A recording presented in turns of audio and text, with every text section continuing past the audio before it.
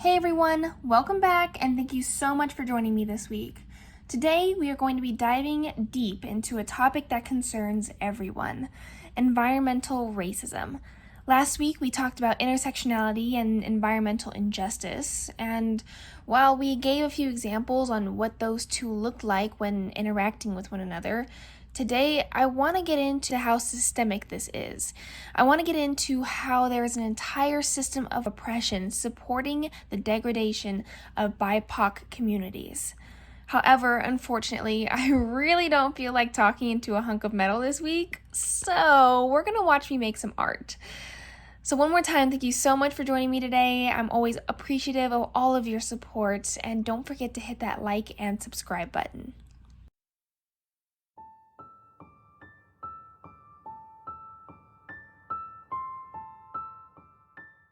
So, let's start with what environmental racism is. To be frank, it's not much different than the definition of environmental injustice.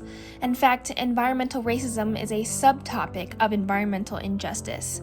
However, for anyone who's just starting with me or hasn't seen my past video, environmental racism is passing off the burdens and health hazards of environmental change or issues to BIPOC communities.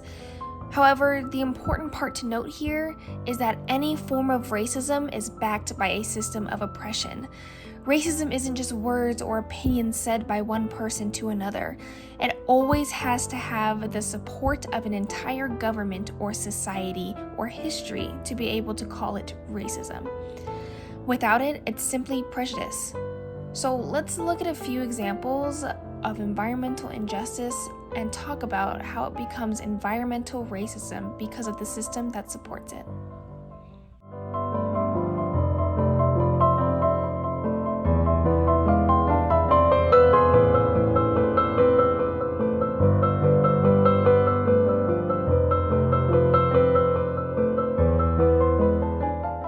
In order for everyone to understand the systemic racism backing the environmental racism that I'm about to present, we need to talk about something called redlining. Redlining was banned about 50 years ago, but the effects of it still hinder BIPOC communities today. Redlining was the refusal of services and goods from the federal government in order to perpetuate segregation. These services were things we all look for when we have to purchase a home or refinance, like loans or insurance or low interest rates. Redlining was the literal use of color-coded maps that were given to banks that would warn them whether or not to approve loans or how to proceed financially with a business dealing depending on where they lived. And spoiler alert, black neighborhoods were outlined to warn banks not to give out loans or federal help. Even though this act was banned 50 years ago, there have been plenty of headlines catching banks continuing to use redlined maps as late as 2015. However, even without this continued use, the effects of redlining are still quite prevalent today. This is because when we hindered BIPOC communities with redlining to begin with, we never gave them any help or a step up to come out of the damage done by redlining, even after it was banned. So, BIPOC communities still suffer through higher interest rates, lower property value, even when identical to homes or neighborhoods in white areas, worse education, and lower wealth. But I'm gonna stop there before I go too deep because that is a whole other video in and of itself. Just know that redlining created and continues to perpetuate housing segregation that is used to pinpoint environmental racism.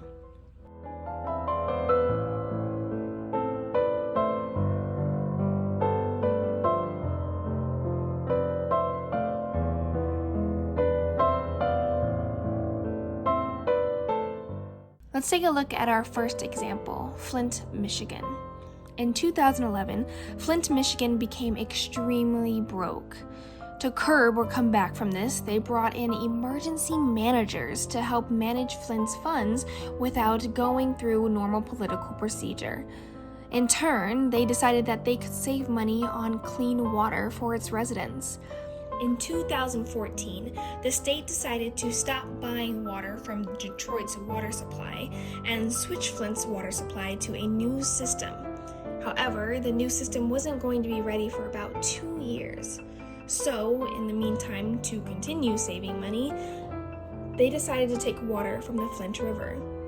However, they didn't properly treat the water. The water that was used to drink, bathe, and feed many homes was brown and full of lead. The people complained and tried to raise awareness to the state about this. However, the state continued to ignore their plea until an outside entity began tests and research, proving it was the state's fault. All in all, this catastrophe took 5 years to sort through, and even still, death and illness did result from the state's neglect. And in case you were wondering, Flint was a redlined area.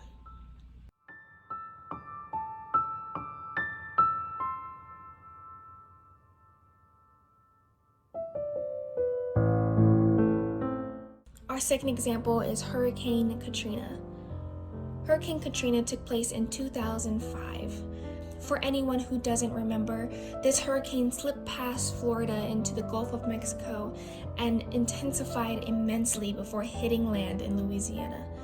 One of the hardest cities hit was New Orleans, due to their levees, which are walls to keep out water since the city lies below sea level, failing during the hurricane's intensity. Katrina caused many lost homes and lives, but more so in BIPOC communities. This is because redlined and low-income areas were placed right next to the unmaintained levees. The area wasn't well kept by the state.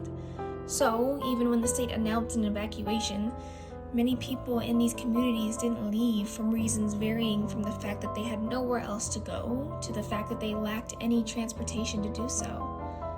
15,000 people died in Hurricane Katrina, and those were the ones who were accounted for. Many more were left homeless and unable to pick up their lives due to the already existing poverty rate.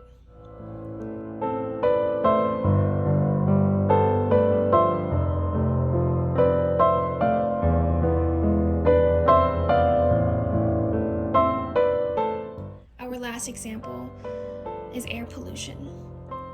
Redlining has also deeply determined the quality of air you get to breathe.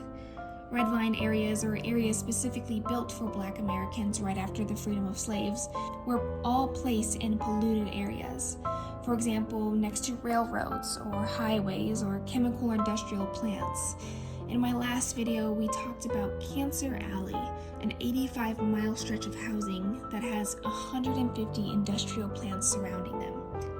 This causes incredibly high rates of cancer, miscarriages, and mortality. However, this isn't a foreign or special case. Tons of neighborhoods throughout the U.S. are forced to breathe unclean air and suffer from higher cases of asthma and lung disease.